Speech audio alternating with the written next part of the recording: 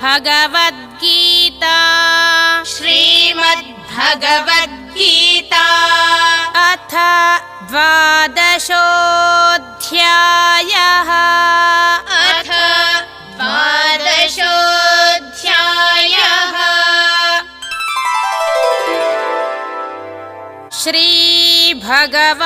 श्रीभगवानुवाच श्रीभगवानुवाच यस्मान्नो द्विजते लोको यस्मान्नो द्विजते लोको लोकान्नो द्विजते च यः लोकान्नो द्विजते च यः हर्षामर्षभयोद्वेगैः हर्षामर्षभयोद्वेगैः मुक्तो यः स च मे प्रियः मुक्तो यः स च मे प्रियः ॐ तत्सदिति ॐ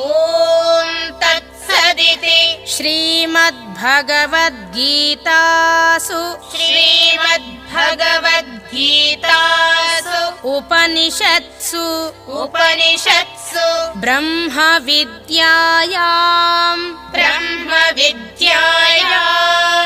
योगशास्त्रे श्रीकृष्णार्जुन संवादे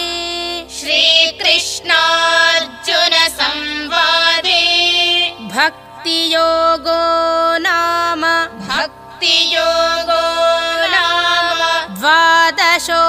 द्वादशोऽध्यायः